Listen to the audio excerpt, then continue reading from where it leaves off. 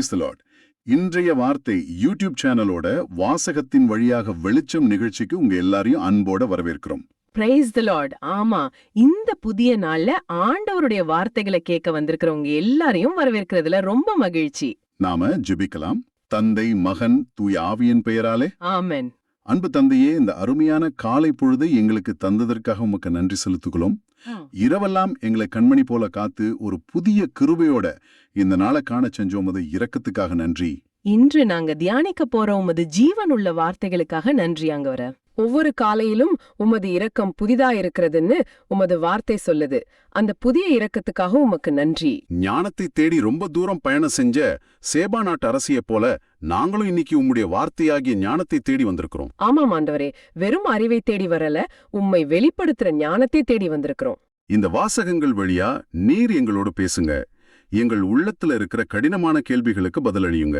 எங்கள் சந்தேகங்களை நீக்கி விசுவாசத்துல எங்களை உறுதிப்படுத்துங்க. இன்னைக்கு நாங்க தியானிக்க போற திருப்பாடல் 37க்காக உமக்கு நன்றி.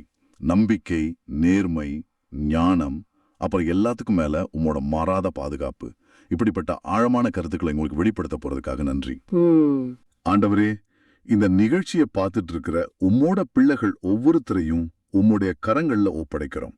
அவங்களோட தேவைகள், அவங்களோட ஏக்கங்கள், அவங்க கடந்து போற கண்ணீரின் பாதைகள் எல்லாத்தையும் நீர் அறிவீர். ஆமாம் ஆண்டவரே. அவங்களுக்கு தேவையான மன்னிப்பையும் உடலுள்ள காயங்களை குணமாக்குற சுகத்தையும் உம்மோட அளவற்ற இரக்கத்தையும் அருளையும் நிறைவா பொழிந்து அவங்கள வழி நடத்தணும்னு ஜெபிக்கிறோம். அவங்க அறியாமலும் அறிந்தும் செஞ்ச பாவங்களை எல்லாம் உம்முடைய திருமகன் இயேசுவின் இரத்தத்தால கழுவி அவங்கள தூய்மையாக்கும். நோயுற்றிருக்கிற உள்ளங்களையும், கவலையால வாடுற மனங்களையும், வேதனையில தவிக்கிற உடல்களையும் உமது தெய்வீக தொடுதலால குணமாக்கும் ஆண்டவரே. ஒவ்வொரு குடும்பத்தோட தேவைகளையும் நீர் சந்தியும், அவங்களுக்கு தேவையான ஞானத்தையும் பலத்தையும் சமாதானத்தையும் கொடுத்துடணும். அவங்க வாழ்வுல உமது அருளையும் இரக்கத்தையும் அமைதியும் நிறைவா பொழிந்து அவங்க ஒவ்வொருவரும் உமது அன்பின் சாட்சிகளா வாழ அருள் புரியும். உமது அருளும் இரக்கமும் வழிநடத்துதலும் எங்க எல்லாரோடும் இருப்பதாக. குறிப்பா எங்கள் திருச்சபையிலும் சமூகத்திலும் இருக்கிற தலைவர்களுக்காக ஜெபிக்கிறோம். அவங்க ஞானத்தோடும் நீதியோடும் மக்களை வழிநடத்த அருள்காரும். ஆமென். விசுவாசிகளான எங்க ஒவ்வொருத்தரோட இதயத்தையும் பெருமை, பொறாமை, தீய எண்ணங்கள், இது மாதிரியான மாசுகளிலிருந்து தூய்மையாக்கும். உண்மையை தேடுற ஒவ்வொரு உள்ளமும் உம்மோட நிலையான ஞானத்தை கண்டடைய உதவி செய்யும். ஆமென். இந்த மன்றாட்டுகள் எல்லாத்தையும் எங்கள் சகோதரரும் ஆண்டவருமான இயேசு கிறிஸ்துவின் பெயரில் திருமுன் வைக்கிறோம், எங்கள் அன்பு தந்தையே. ஆமென். அன்பானவர்களே, இன்னைக்கு பிப்ரவரி 11, 2026 புதன்கிழமை. நாம பொதுக்காலம் 5ஆம் வாரத்துல இருக்கோம். ஆமா, நம்மளோட உண்மையான அழகும் புனிதமும் வெளியே இருந்து நம்ம பூசிக்கிறதுல வரதில்ல. இல்லவே இல்ல. அது ஏற்கனவே கடவுளால நம்ம உள்ளத்துக்குள்ள வைக்கப்பட்டிருக்கு. நாம செய்ய வேண்டியதெல்லாம் ஒண்ணுதான், அந்த அழக மறைக்கிற தேவையற்ற தீய எண்ணங்களையும் செயல்களையும் அகற்றுவதுதான். அருமையா சொன்னீங்க. இன்னைக்கு நம்ம வாசகங்களும் இத பத்தி தான் பேச போகுது. எது ஒரு மனிதரை தீட்டுப்படுத்துகிறது? நம்ம சாப்பிடுற சாப்பாடா, இல்ல நம்ம உள்ளத்துல இருந்து வர்ற எண்ணங்களா? ஆமா, உண்மையான ஞானம் எதுல இருக்கு? இந்த கேள்விகளுக்கெல்லாம் இன்னைக்கு வாசகங்கள் ரொம்ப தெளிவா பதில் சொல்லுது. வாங்க முதல் வாசகத்துக்குள்ள போகலாம். இன்னைக்கு அரசர்கள் முதல் நூல்ல இருந்து அதிகாரம் 10, வசனங்கள் 1 முதல் 10 வரைக்கும். இந்த வாசகம் புகழ்பெற்ற சாலமன் அரசரோட ஞானத்தை கேள்விப்பட்டு சேப்பா நாட்டு அரசி அவரை சந்திக்க வர்ற ஒரு நிகழ்வை பத்தி பேசுது. அவங்க கேள்விப்பட்டது என்ன, நேர்ல பார்த்தது என்ன? ஆமா, அவங்களோட அனுபவம் நமக்கு என்ன பாடத்தை சொல்லுதுன்னு இப்போ நம்ம விரிவாக பார்க்கலாம். வாசகத்தோட தொடக்கமே ரொம்ப முக்கியமானது இல்லையா? வசனம் 1 சொல்லுது, ஆண்டவரின் பெயரை முன்னிட்டு சாலமோன் அடைந்திருந்த புகழை பற்றி சேப்பா நாட்டு அரசி கேள்விப்பட்டு. அந்த வரி ரொம்ப முக்கியம். ஆமா, இங்க நம்ம கவனிக்க வேண்டிய ஒரு முக்கியமான வார்த்தை இருக்கு. சாலமோனோட புகழ் அவரோட சொந்த திறமையால மட்டும் வந்ததில்ல, அது ஆண்டவரின் பெயரை முன்னிட்டு அடைஞ்ச புகழ். உண்மைதான். இது வெறும் உலக ஞானம் இல்ல, கடவுள் கொடுத்த தெய்வீக ஞானம். இந்த வித்தியாசத்தை அந்த அரசி உணர்ந்திருந்தாங்க. அதனாலதான் அவங்க இவ்வளவு தூரம் பயணம் செய்யவே துணிஞ்சாங்க. மிகச்சரி. அவங்க வந்தது வெறும் நட்பு பாராட்டவோ இல்ல அரசியல் உறவுகளை பலப்படுத்தவோ மட்டும் இல்ல. வாசகம் தெளிவா சொல்லுது, கடினமான கேள்விகளால் அவரை சோதிக்க வந்தார். ஆமா, அந்த கடினமான கேள்விகள்னா என்ன அர்த்தம்? அது எபிரேய மொழியில ஹிடாட் அப்படின்னு சொல்வாங்க. இதுக்கு புதிர்கள், விடுகதைகள், வாழ்க்கையோட ஆழமான தத்துவார்த்த கேள்விகள்னு பல அர்த்தங்கள் இருக்கு. ஓஹோ. தன்னோட மனசுல பல வருஷமா இருந்த ஆழமான சந்தேகங்களுக்கும் புதிர்களுக்கும் விடை தேடி ஒரு நீண்ட கடினமான பயணத்தை அவங்க மேற்கொண்டாங்க.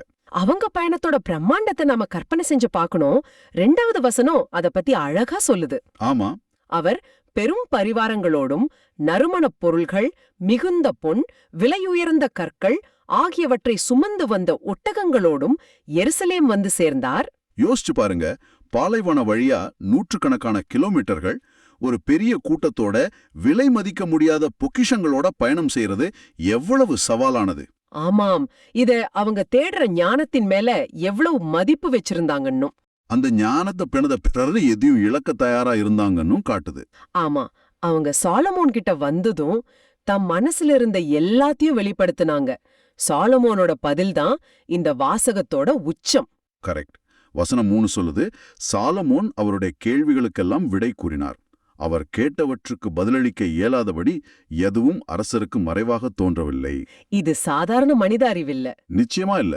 ஒரு அரசி கேட்கிற கடினமான தத்துவவார்த்த கேள்விகளுக்கு ஒன்னு கூட விடாம பதில் சொல்றது சாலமோனோட சொந்த புத்திசாலித்தனம் இல்ல. அது கடவுளோட ஞானம் அவர்ல முழுமையா செயல்பட்டதை காட்டுது.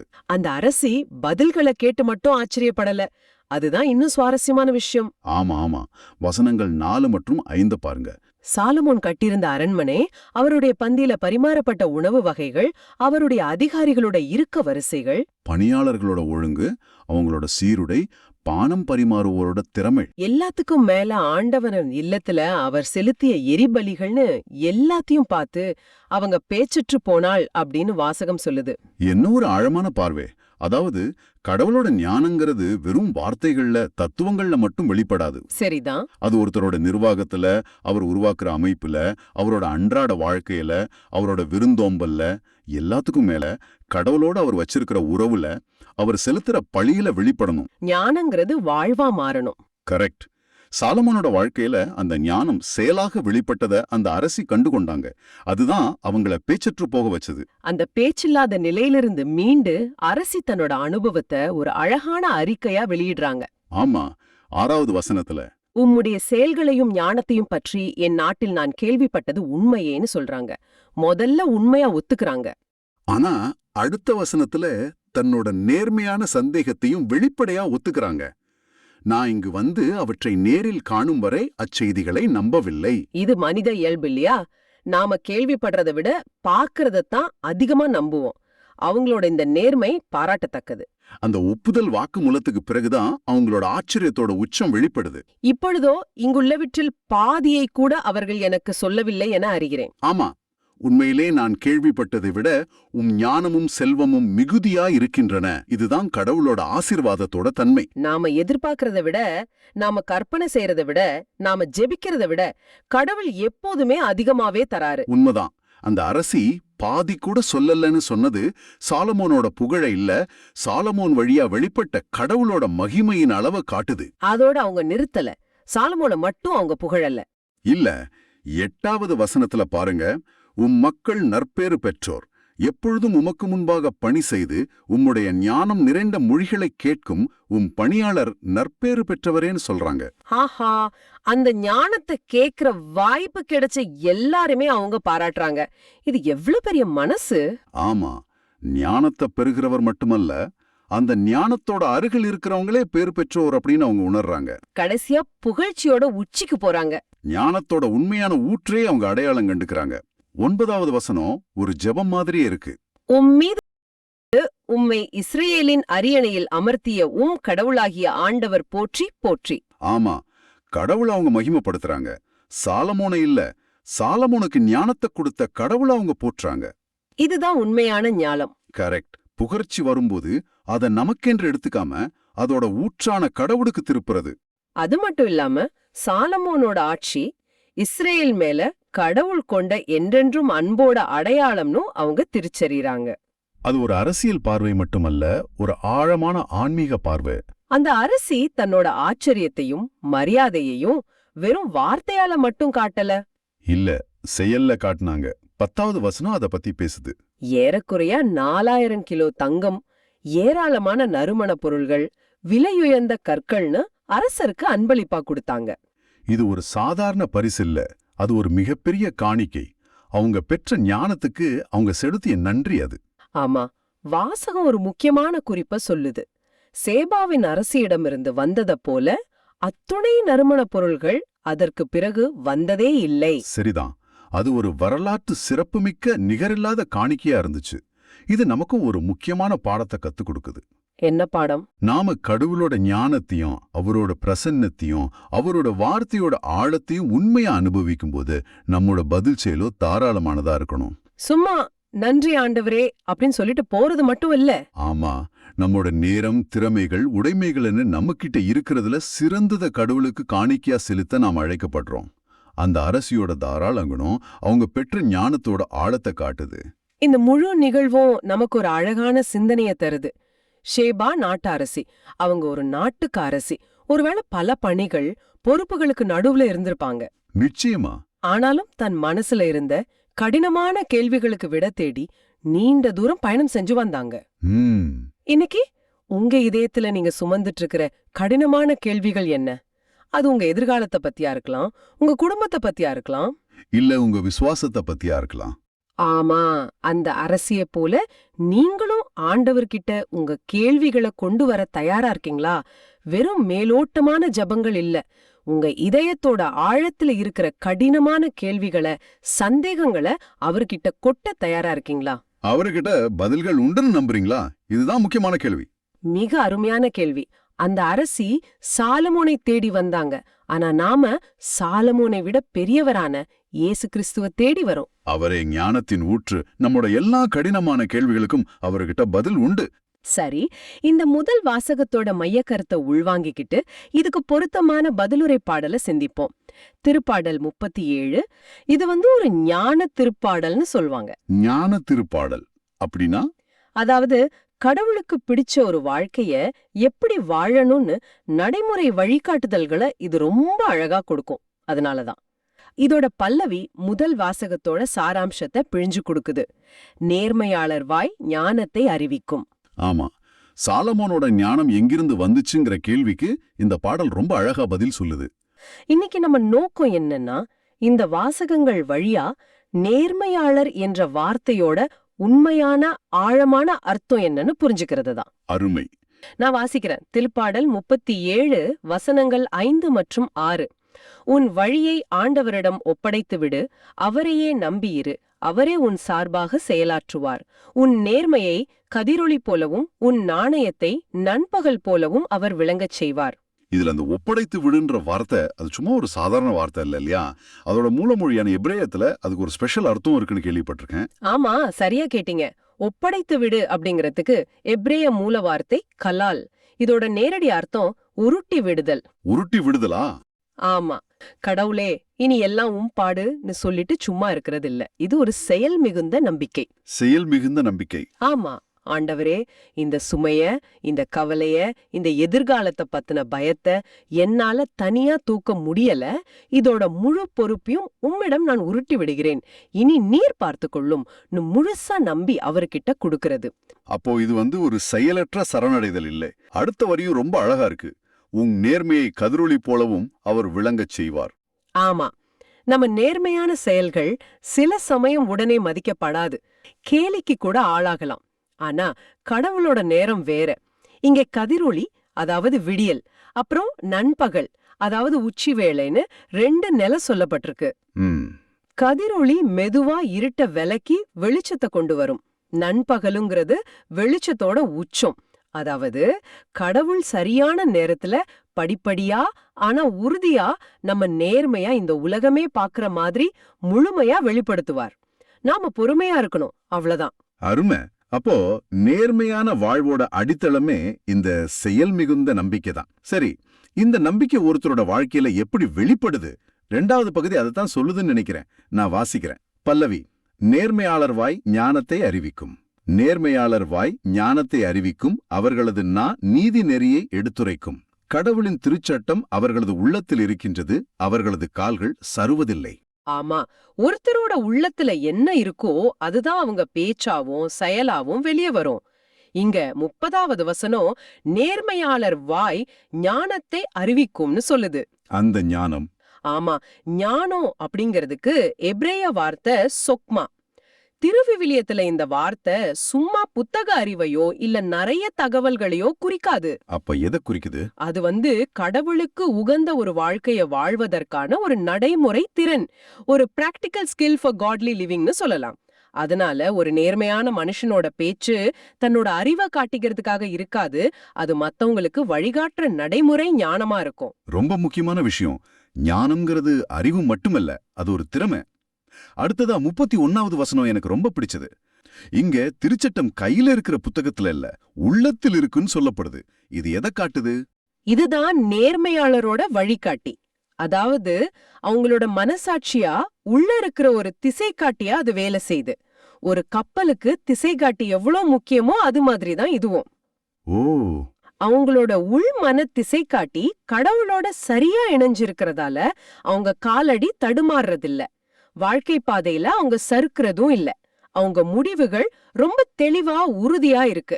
ஏன்னா அந்த முடிவுகள் வெளியில இருந்து வர்ற அழுத்தத்தால் எடுக்கப்படல, உள்ள இருந்து வர்ற இறை வார்த்தையோட வழிகாட்டுதலால எடுக்கப்படுது. உள்ளத்தில் இருக்கிற சட்டம் கால்களை சறுக்காம காக்குது. எவ்வளோ அழகான ஒரு இணைப்பு. அப்ப கடவுள்கிட்ட நம்ம வழியை ஒப்படைக்கிறோம், அந்த நம்பிக்கை நம்ம வார்த்தைகள்ல ஞானமா வெளிப்படுது. நம்ம உள்ளத்தில் இருக்கிற அவரோட சட்டம் நம்மள வழிநடத்துது. இதோட கடைசி பலன் என்ன? அதுதான் இறுதி பகுதியில இருக்கு இல்லையா? ஆமா, சரியா சொன்னீங்க. இப்ப நாம இறுதி பகுதிக்கு வரோம், முழுமையான பாதுகாப்பு. நான் வாசிக்கிறேன் 39வது மற்றும் 40வது வசனங்கள். நேர்மையாளரின் மீட்பு ஆண்டவரிடமிருந்து வருகின்றது. நெருக்கடியான நேரத்தில் அவர்களின் வலிமை அவரே.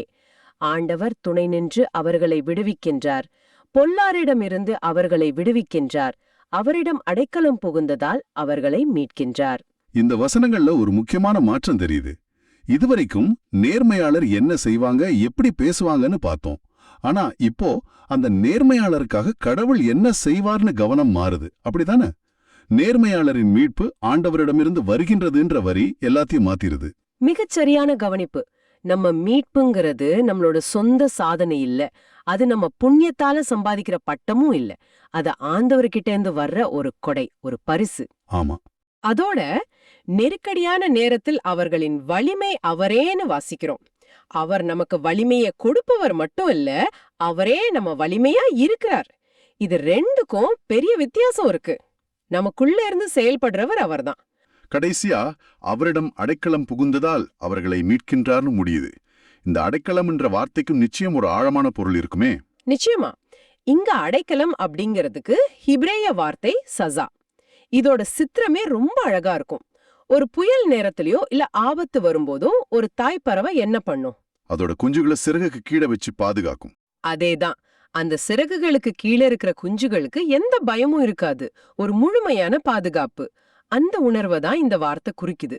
நாம அவர்கிட்ட அடைக்கலம் புகறதால, அதாவது அந்த தாய்ப்பறவையோட சிறகுகளுக்கு கீழே ஓடி ஒளிஞ்சுக்கிறதுனால அவர் நம்மள மீட்கிறாரு. இப்போ எல்லாமே ரொம்ப தெளிவா இணையுது. இது ஒரு முழுமையான நம்பிக்கை வட்டம் மாதிரி இருக்கு.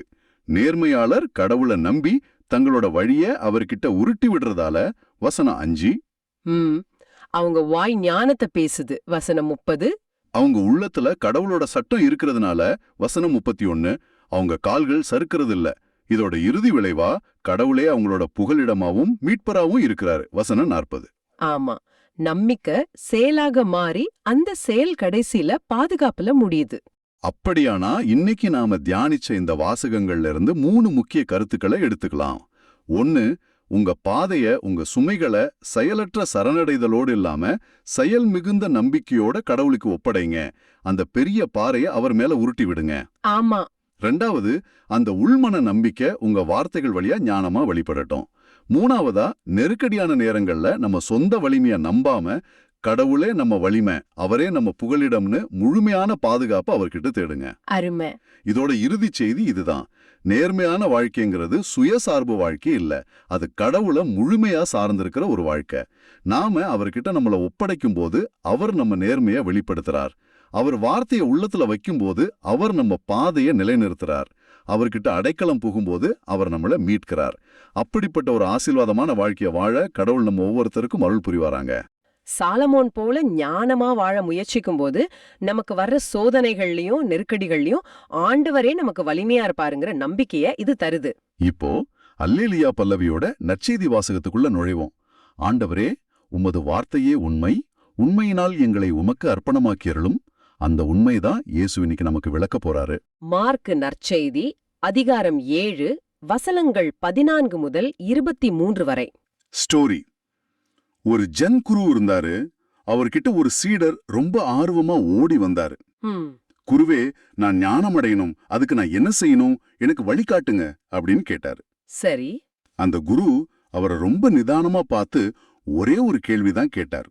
நீ சாப்பிட்டாயா? சாப்பிட்டாயாண்ணா? ரொம்ப ஆச்சரியமா இருக்கே. ஆமா. வந்த வேகத்துல அந்த சீடருக்கே ஒரு நிமிஷம் திகைச்சு போயிட்டாரு.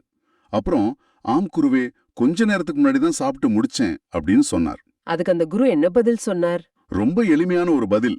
அப்படியானால் முதல்ல உன் பாத்திரங்களை கழுவி வை அப்படின்னார். அவ்வளவுதானா? அப்படி நமக்கு தோணும் இல்லையா?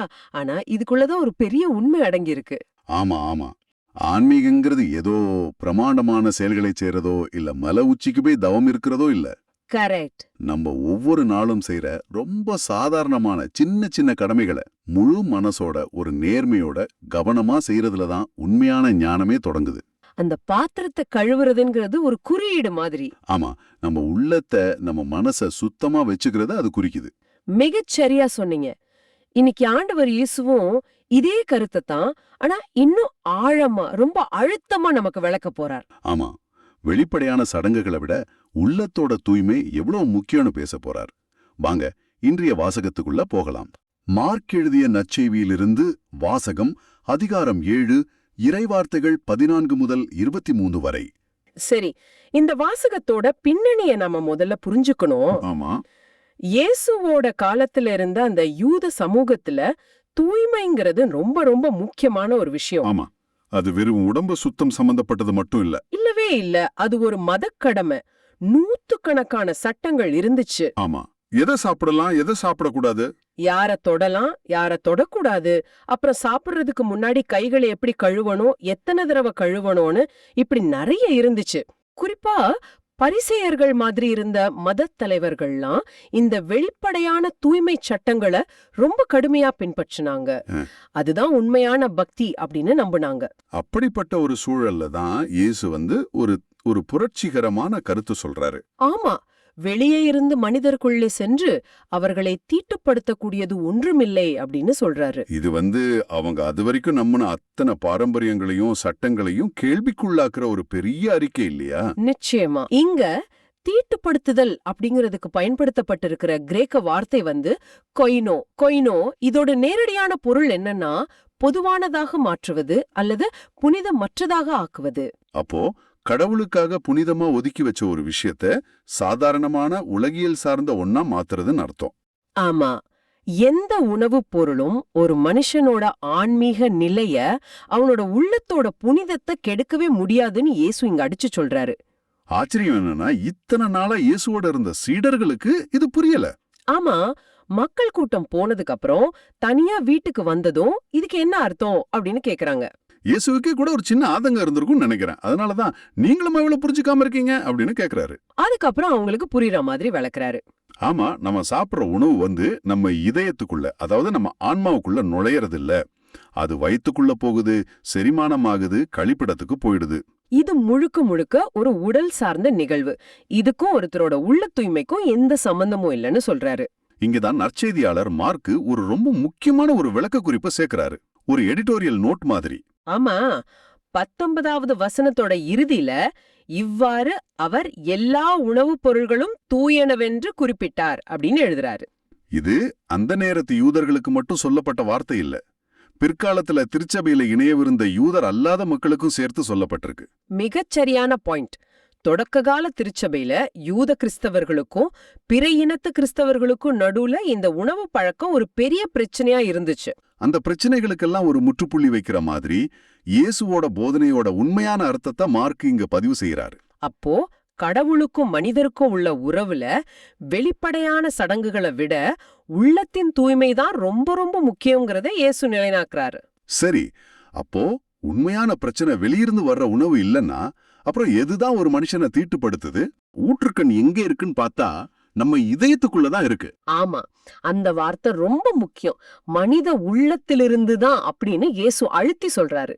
இதுக்கு மூலமொழியான கிரேக்கத்துல கர்தியா அப்படிங்கிற வார்த்தையை பயன்படுத்துவாங்க. கார்தியா? நம்ம இன்னைக்கு இதயம்னு சொன்னா காதல், அன்பு, உணர்ச்சிகள்னு மட்டும் யோசிக்கிறோம். ஆனா அந்த காலத்து எபிரேய சிந்தனைப்படி பார்த்தா கார்தியா அப்படிங்கிறது ஒரு மனுஷனோட முழு ஆளுமையோட மையம். அவங்களோட எண்ணங்கள், திட்டங்கள், விருப்பங்கள், மனசாட்சி, முடிவெடுக்கிற திறன் எல்லாமே அடங்கின ஒரு கண்ட்ரோல் ரூம் மாதிரி. ஒரு கம்ப்யூட்டரோட சென்ட்ரல் ப்ராசஸிங் யூனிட், அதாவது CPU மாதிரி சொல்லலாம் இல்லையா? ஆமா, கரெக்ட். எல்லா கட்டளைகளும் அங்கிருந்து தான் புறப்படுது. அப்போ இயேசு என்ன சொல்றாருன்னா, பிரச்சனை வெளியில இருக்கிற வைரஸ்லே இல்ல, நம்மளோட ஆபரேட்டிங் சிஸ்டம்லே, அந்த மையத்திலே தான் தீமை உருவாகுதுன்னு சொல்றாரு. இது எவ்வளவு ஆழமான ஒரு உளவியல் பார்வை பாருங்க. இதை இன்னும் தெளிவா விளக்கறதுக்காக இயேசு 12 தீய எண்ணங்களோட ஒரு பட்டியலையே தராரு. இது ஒரு கண்ணாடி மாதிரி. இதுல நம்ம முகத்தை, அதாவது நம்ம உள்ளத்தை பார்த்து நம்மள நாமே ஆய்வு செஞ்சுக்க இயேசு ஒரு வாய்ப்பு தராரு. அந்த பட்டியல் பரத்தமை, களவு, கொலை, விபச்சாரம், பேராசை, தீச்செயல், வஞ்சகம், காமவெறி, பொறாமை, பழிச்சொல், செருக்கு, மதிகேடு. இந்த பட்டியல் 10 கட்டளைகள்ல வர்ற முக்கிய பாவங்களையும் உள்ளடக்கி இருக்கு. அதே நேரத்துல மனித உறவுகளை சிதைக்கிற குணக்கேடுகளையும் காட்டுது. ஆமா, ஒவ்வொன்னையும் நாம கொஞ்சம் ஆழமா பார்க்கலாம். உதாரணத்துக்கு பேராசைன்ற வார்த்தையை எடுத்துப்போமே. மூலமொழியான கிரீக்கத்துல இதுக்கு பிளியோலிக்சியா அப்படின்னு ஒரு வார்த்தை பயன்படுத்தப்பட்டிருக்கு. பிளியோனெக்சியா. இதுக்கு மேலும் வேண்டும், இன்னும் வேண்டும் அப்படிங்கிற வெறும் ஆசை மட்டும் இல்ல, மத்தவங்களோடதும் எனக்கு வேணுங்கிற ஒரு அடங்காத அத்துமீறுகிற ஆசை. தனக்கு நியாயமா இல்லாத ஒண்ணு மேல ஆசைப்படுறது. சரிதான். அடுத்ததா காமவரி அப்படிங்கிறதுக்கு அசேல்கையான்னு ஒரு ரொம்ப வலிமையான வார்த்தை பயன்படுத்தப்பட்டிருக்கு. இது வெறும் மனசுல தோன்ற காம எண்ணங்களை மட்டும் குறிக்கல. எந்த வெட்கமும் இல்லாம, பொது ஒழுக்கத்தை பத்தி கவலைப்படாம, வெளிப்படையா செய்யப்படுற கட்டுப்பாடற்ற ஒழுக்கக்கேடான நடத்தைய குறிக்குது. இது சமூகத்தோட மதிப்பீடுகளையே சிதைக்கக்கூடிய ஒரு செயல். அடுத்து வஞ்சகம், அதாவது தோலோஸ். இது மீனை பிடிக்க பயன்படுத்துற தூண்டையில குறிக்கிற வார்த்தையிலிருந்து வருது. அப்படியா? ஆமா, அதாவது மத்தவங்களை ஏமாத்துறதுக்காக கவர்ச்சியான ஒன்ன காட்டி அவங்கள தீமையில விழ வைக்கிறது. வெளிப்படையா இல்லாம மறைமுகமா திட்டமிட்டு செய்யற தீமை. தீயக்கண், ஆப்தால்மோஸ் போனேரோஸ் அப்படின்னு ஒரு சொற்றொடர் பயன்படுத்தப்பட்டிருக்கு. இதுவும் ஒரு எபிரேய பயன்பாடு தானே? ஆமா, மத்தவங்களோட நன்மையை பார்த்து வளர்ச்சியை கண்டு நம்மால சந்தோஷப்பட முடியாம வயிறெறிகிறது. அவங்களோட நன்மை நமக்கு கிடைச்ச தீமை மாதிரி தோன்றது. இது உறவுகளை ரொம்ப மோசமா அரிக்கக்கூடிய ஒரு குணம். இறுதியா செருக்கு, ஹைபெரேஃபானியா, யுபிரேஃபானியா மற்றும் மதிகேடு, அஃப்ரோசீனி. செருக்குன்னா தன்னை ரொம்ப உயர்வாகவும் மத்தவங்களை தாழ்வாகவும் நினைக்கிறது. கடவுளுக்கு முன்னாடியே தன்னையே நிறுத்திக்கிறது. இந்த செருக்கோட விளைவுதான் மதிகேடு. அதாவது கடவுளை மறந்து எது சரி எது தவறுன்னு பகுத்தறிகிற திறனை இழந்து முட்டாள்தனமா நடந்துக்கிறது. ஆக இயேசு என்ன சொல்ல வராருன்னா, இந்த தீய எண்ணங்கள் எல்லாம் நம்ம உள்ளத்துல விதைகளா உருவாகி எண்ணங்களா வளர்ந்து வார்த்தைகளாவும் செயல்களாவும் வெளியே வரும்போதுதான் ஒரு மனுஷன் உண்மையிலேயே கடவுளோட பார்வையில தீட்டுப்படுறான், புனிதமற்றவனா மாறுறான். உணவு இல்ல, இந்த எண்ணங்கள் தான் உண்மையான அசுத்தம். இந்த வாசகம் இன்னைக்கு உங்களோட என்ன பேசுது? ஒரு நிமிஷம் சிந்திச்சு பாருங்க. நம்மளோட அன்றாட வாழ்க்கையில நாம எதுக்கு அதிக முக்கியத்துவம் கொடுக்கறோம்? மொத்தவங்க நம்மள பத்தி என்ன நினைப்பாங்கன்ற அந்த வெளித்தோற்றத்துக்கா? நாம எவ்வளவு பக்தி உள்ளவங்க, எவ்வளவு நல்லவங்கன்னு மத்தவங்க நம்மள பாராட்டணுங்கிறதுக்காக வாழ்றோமா? இல்ல யாருடைய கண்களுக்கும் தெரியாத நம்ம தனிப்பட்ட வாழ்க்கையில கடவுளுக்கு முன்னாடி நம்ம உள்ளம் எப்படி இருக்குங்கிற அகத்தூய்மைக்கு முக்கியத்துவம் கொடுக்கறோமா? இன்றைய உலகம், குறிப்பா இந்த சமூக ஊடகங்கள் நம்மள தொடர்ந்து வெளித்தோற்றத்தை மெருகேத்த சொல்லிக்கிட்டே இருக்கு. ஆமா, நம்ம எப்படி தெரியுறோம், என்ன உடப்போடுறோம், எங்க போறோம், என்ன சாதிச்சோன்னு எல்லாத்தையும் மத்தவங்களுக்கு காட்ட சொல்லி நம்மள தூண்டுது. ஆனா இயேசுவோ அந்த வெளிப்பகட்ட கண்டு மயங்காதீங்க, உங்க உள்ளத்தை பாருங்க, அதை தூய்மைய வச்சுக்கங்கன்னு அழைக்கிறார். அதுதான் உண்மையான அழகு. நம்மளோட பக்தி முயற்சிகளை கூட நாம ஒரு சுய ஆய்வு செய்யணும். ஆமா, நம்ம ஜெபங்கள், ஆலய பணிகள், நம்ம கொடுக்கற காணிக்கைகள், நம்ம செய்யற நோன்பு, இதெல்லாம் சில நேரத்துல மத்தவங்களோட பாராட்டுக்காக செய்யப்படுற வெளிவேடமா மாறிடுதா? இல்ல, உண்மையிலேயே உள்ளத்தோட மாற்றத்துக்காக, கடவுளோட உள்ள உறவை ஆழப்படுத்துறதுக்காக செய்யப்படுதா? இது ரொம்ப முக்கியமான கேள்வி. ஆமா, நம்ம உள்ளத்துல ஒருத்தரை பத்தி பொறாமை இருக்கு, மத்தவங்கள பத்தி வஞ்சகமான எண்ணம் இருக்கு, பேராசை இருக்கு. ஆனா அதே நேரத்துல நாம ஆலயத்துக்கு போய் மணிக்கணக்கா ஜெபம் செஞ்சா அதனால எந்த பயனும் இல்ல. உள்ளத்துல இருக்கிற அசுத்தத்தை வச்சுக்கிட்டு வெளியில நாம செய்யற எந்த பக்தி முயற்சியும் கடவுளுக்கு ஏற்புடையதா இருக்காது. அது மனமில்லாத, நிறமில்லாத ஒரு பூ மாதிரி தான். அதனால இன்னைக்கு நம்ம எல்லாரும் நம்ம உள்ளத்தை ஆய்வு செய்வோம். இயேசு பட்டியலிட்ட அந்த தீய எண்ணங்கள்ல ஏதாவது ஒண்ணு, ஒரு சின்ன வேறாகாவது நம்ம கிட்ட இருக்கான்னு நேர்மையா பார்ப்போம். அத ஆண்டவரோட சமூகத்துல ஒப்புக்கொடுத்து அவற்றை நம்ம உள்ளத்திலிருந்து அகற்ற கடவுளோட வார்த்தையாலையும் அவரோட இரக்கத்தாலையும் நம்ம உள்ளத்தை தூய்மையாக்க மன்றாடுவோம். ஆஹா, உண்மையான தூய்மை, உண்மையான ஆன்மீகம்ங்கிறது உள்ளத்திலிருந்து பிறக்கிறது. நம்ம உள்ளத்தை வெறுமையாக்குறது மட்டும் பத்தாது. ஆமா, அது ஆண்டவரோட வார்த்தையை கொண்டு நிரப்பணும். அன்பு, இரக்கம், மன்னிப்பு, பிறர் அன்பு, தாழ்ச்சி மாதிரி நற்குணங்களால நம்ம உள்ளத்தை அலங்கரிக்கணும். அப்போ அங்க தீய எண்ணங்களுக்கு இடமே இருக்காது. அதுதான் நாம வாழ அழைக்கப்படுற உண்மையான கடவுளுக்கு உகந்த ஆன்மீக வாழ்க்கை. அந்த ஜென் குரு சொன்ன மாதிரி நம்ம அன்றாட பணிகளை நம்ம உள்ளத்தை சுத்தமா வச்சுக்கிட்டு செய்யும்போது அதுவே ஒரு பெரிய ஜபமா மாறுது. நம்ம புனிதத்துக்கான உண்மையான போர்க்களம் நம்ம சமையலறையிலயோ உணவு தட்டுகள்லயோ இல்ல, அது நம்ம உள்ளத்துல தான் இருக்கு. இப்போ இந்த 3 வாசகங்களை இணைச்சு நம்ம சிந்தனையை நிறைவு செய்யலாம். முதல் வாசகத்துல சாலமோனோட ஞானம் வெளிப்புறத்துல பிரம்மாண்டமா தெரியுது, ஆனா அதோட ஆணிவேர் கடவுள் கொடுத்த உள்ளத்தின் ஞானம். பதிலுரை பாடல் கடவுளோட சட்டம் புத்தகத்துல இல்ல, உள்ளத்துல இருக்கிறது தான் உண்மையான பாதுகாப்புன்னு சொல்லுது. இந்தியா நற்செய்தியில இயேசு உள்ளம்தான் புனிதம் மற்றும் தீட்டோட பிறப்பிடம்னு ஆணித்தரமா முத்திரை குத்துறாரு. திருத்தந்தை பிரான்சிஸ் அவர்கள் இந்த சிந்தனைகளை ரொம்ப அழகா விளக்குறாரு. அவர் சொல்றாரு, வெளிப்புற காரியங்கள், அதாவது நாம சாப்பிடுற சாப்பாடு போன்றவை நம்மள புனிதர்களாவோ இல்ல புனிதமற்றவர்களாவோ மாத்துறதில்ல. மாறாக நமது நோக்கங்களையும் தேர்வுகளையும் வெளிப்படுத்தும் இதயமே அதை செய்கிறது. நம்ம இதயம் எப்படி இருக்கோ அப்படியே நாமும் இருக்கிறோம். அவர் இன்னொரு எச்சரிக்கையும் கொடுக்கறாரு. வெளிப்புற நடத்தைய மட்டும் மாத்திட்டு உள்ளத்தை மாத்தாம இருக்கிறது உண்மையான கிறிஸ்தவம் இல்ல, அது ஒருவித வேடதாரிப்பு. ஆமா, நன்மைக்கும் தீமைக்கும் இடையிலான எல்லை நமக்கு வெளியே இல்ல, அது நமக்கு உள்ளதான், நம்ம இதயத்துல தான் இருக்கு. இது நம்மள நாமே ஒரு சுய பரிசோதனை செய்ய தூண்டுது. அதனால திருத்தந்தை நம்மள நாமே ஒரு கேள்வி கேட்க சொல்றாரு. ஏன் இதயம் எங்க இருக்கு? ஏன் புதையல் எது? என் வாழ்க்கையில நான் எதுக்கு முக்கியத்துவம் கொடுக்கறேன்? அது இயேசுவா, அவரோட வார்த்தைகளா, இல்ல பணம், அதிகாரம், புகழ் மாதிரி உலக காரியங்களா? ஏன்னா இயேசுவே சொன்னது போல, உங்கள் புதையல் எங்குள்ளதோ அங்கே உங்கள் இதயமும் இருக்கும். நம்ம புதையல் தவறான இடத்துல இருந்தா நம்ம இதயத்துக்கு தூய்மையும் மனமாற்றமும் தேவை. பட்ட இதயம் இல்லாமல் உண்மையான தூய்மையான கரங்களை கொண்டிருக்க முடியாது. தூய்மையான இதயம் இல்லாமல் அன்பையும் இரக்கத்தையும் பேசும் உதடுகளை கொண்டிருக்க முடியாது. இது நாம தியானிச்ச நேர்மையாளர் வாய் ஞானத்தை அறிவிக்குங்கிற திருப்பாடலோட எவ்வளவு கச்சிதமா பொருந்தது பாருங்க. உள்ளம் தூய்மையா கடவுளோட சட்டத்தால நிறைஞ்சிருந்தா வாயிலிருந்து ஞானம் வரும். உள்ளம் தீட்டா இருந்தா நாம பார்த்த பட்டியலில் உள்ள தீய வார்த்தைகளும் செயல்களும் வரும். அதனால தொடக்கத்துல நாம கேட்ட அந்த சிற்பியோட நிகழ்வு போல, கடவுள்ன்ற அந்த மகான் சிற்பி நம்ம உள்ளத்துல இருக்கிற தேவையற்ற தீய குணங்களை அகற்ற நாம அனுமதிக்கணும். அப்போ நமக்குள்ள இருக்கிற உண்மையான புனிதமும் அழகும் தானா வெளிப்படும். இந்த ஆழமான பார்வை உங்களுக்கு பயனுள்ளதா இருக்குதுன்னு நினைச்சா மத்தவங்களுக்கு இந்த வீடியோவை ஷேர் பண்ணுங்க. நற்செய்தியின் தூதராக இறையாட்சியை எடுத்துரைங்க. நன்றி. மீண்டும் நாளை சந்திப்போம். இயேசுவுக்கே புகழ். அன்னை மரியே வாழ்க.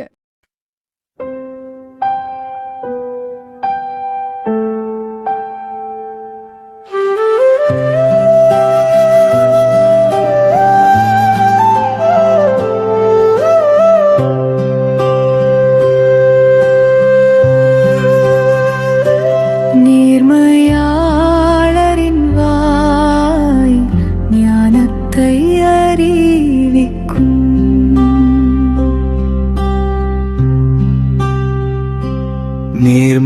நேர்மையாளரின் வாய் ஞானத்தை அறிவிக்கும்.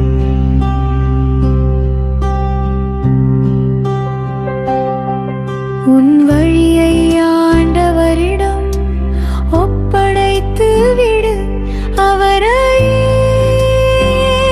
நம்பியிரு. அவரே உன் சார்பில் செயலாற்றுவார். உன் நேர்மை கதிரொளி போலும், உன் நாணயத்தை நண்பகல் போலும் அவள் விளங்கச் செய்வார். நேர்மையாளரின் வாய் ஞானத்தை அறிவிக்கும்.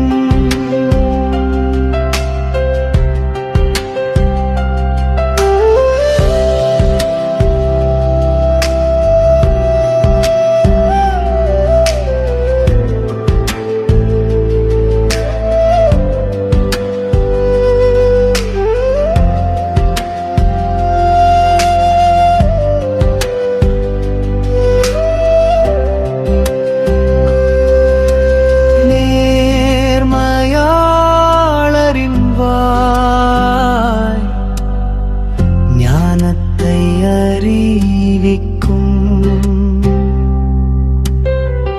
அவர்கள் நீதி நேரியை எடுத்துரைக்கும் கடவுளின் திரு சட்டம். அவர்களது உள்ளத்தில் இருக்கின்றது, அவர்களின்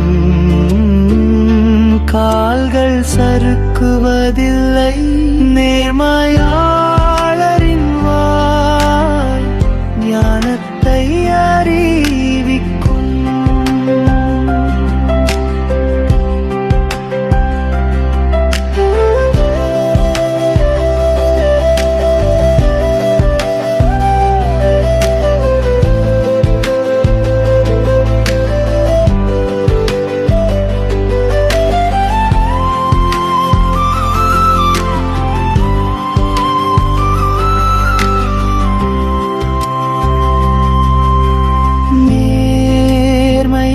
நேர்மையாளருக்கு மீட்பு ஆண்டவரிடம் இருந்து வருகின்றது.